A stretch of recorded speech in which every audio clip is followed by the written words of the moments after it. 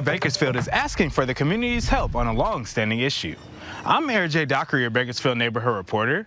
There aren't enough beds for suspects in the Leardale jail, and the city is asking the community for ideas on how to solve this. Leardale Jail, which opened in 2018, was originally able to hold a little more than 800 inmates. Now, it can hold close to 2,200 inmates throughout their 3 facilities.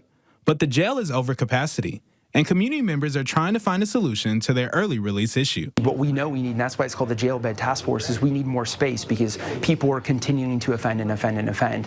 They can't be slowed down in time for the wonderful programs that we have in Bakersfield to meet with them, to get them the help that they need so that they're thinking clearly and they're not being a terror on our community anymore. Community members suggest using methods that could help inmates who are drug offenders to a 1-year in and 1-year out program, allowing them to sober up so they can rejoin society. TJ Esposito tells me he found himself behind bars before, and that program helped him turn his life around. What needs to happen is we need to keep people long enough for them to sober up. Then we need to get them to court to answer to a judge.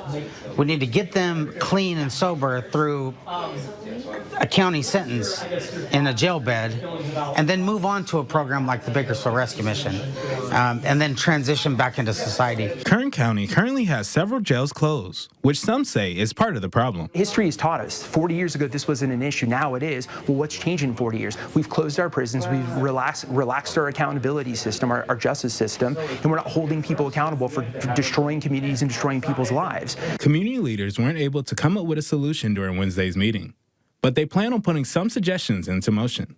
They say they'll start by reaching out to the Supreme Court judge and see if it's allowed to send inmates to nearby cities if they have jail beds available. They also say they'll work on funds to help the Sheriff's Department reinstate their mega barracks facility. Don't get tired and don't get desensitized. We're working on fixing this, and this isn't the new norm. This is not how our community should look or function, and we're going to fight to get it back on track so that the future generations have something to look forward to. The city wants to find workable solutions to create more jail bed availability in our community. For 23 ABC, I'm Eric J. Dockery, your neighborhood reporter.